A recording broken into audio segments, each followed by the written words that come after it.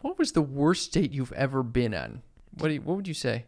I was going to ask you because I always go first, and it's your turn to go first because I immediately know what I'm going with. Okay, I thought about this recently. I did some poor planning before a date, and was this a first date? It was a first date. Met her on Hinge, and I was like, "Oh, we're gonna do like a little romantic picnic in some meadows nearby." Okay. So I said, "Let's meet at 7:30," and yeah, I think it was 7. Then we push it back to 7:30. Okay, irrelevant. Next. It's not irrelevant. Oh, really? You know, in LA, you don't really know what season it is. Okay. But during the winter, it can get it can get dark very early. Okay. So in the summer, though, it gets dark around 8 o'clock. So you show up at 7, you're fine for a picnic. I didn't realize what season we were in. It was winter. It gets dark around 5 o'clock. By the time 7 o'clock rolls around, it's fucking pitch dark out there. And I got the charcuterie board going. I got the wine going, blanket, everything. What could possess you, though, if you don't even know this person to put all this together? Well, what else are we going to do?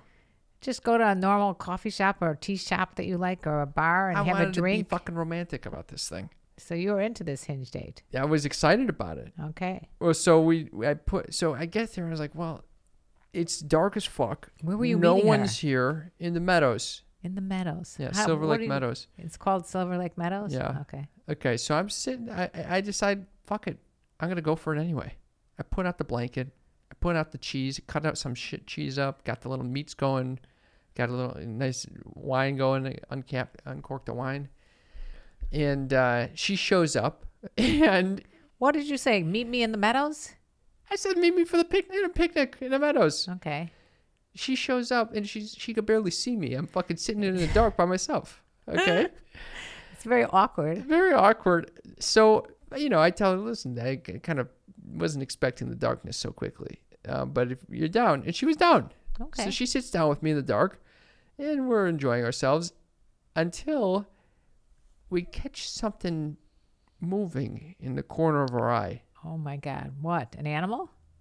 It's a fucking animal. An animal. A coyote? A coyote. Oh, man. A coyote approaches us. That's scary. I pounce up, I know what you do. You go fight or flight. You don't give a fuck. Fucking you, on my toes. You just ditch this girl. Ready to ditch her, but I was standing in front of her, blocking her from the fierce coyote. How big was this coyote? It looks like a real dog, like a real fucking thing. He starts approaching. We start backing away. Oh my God. He starts eating the charcuterie board. Is that what you were more upset about that than anything else? Well, why is he eating my fucking cheese? So you go, shoo. No, I didn't shoo him off. I fucking bolted it. We walked the fuck away and came back later for that shit. Can you believe that? I think I grabbed the wine and ran. Did you ever have another date with her? We had a few dates after that, actually. I think that actually is a great story. You liked it? It was a pretty poorly planned date, though. See, I actually thought you were going to talk about a different story. What was that? I thought you went on a date that it was in a ghost house or something like that. No, it wasn't a ghost house.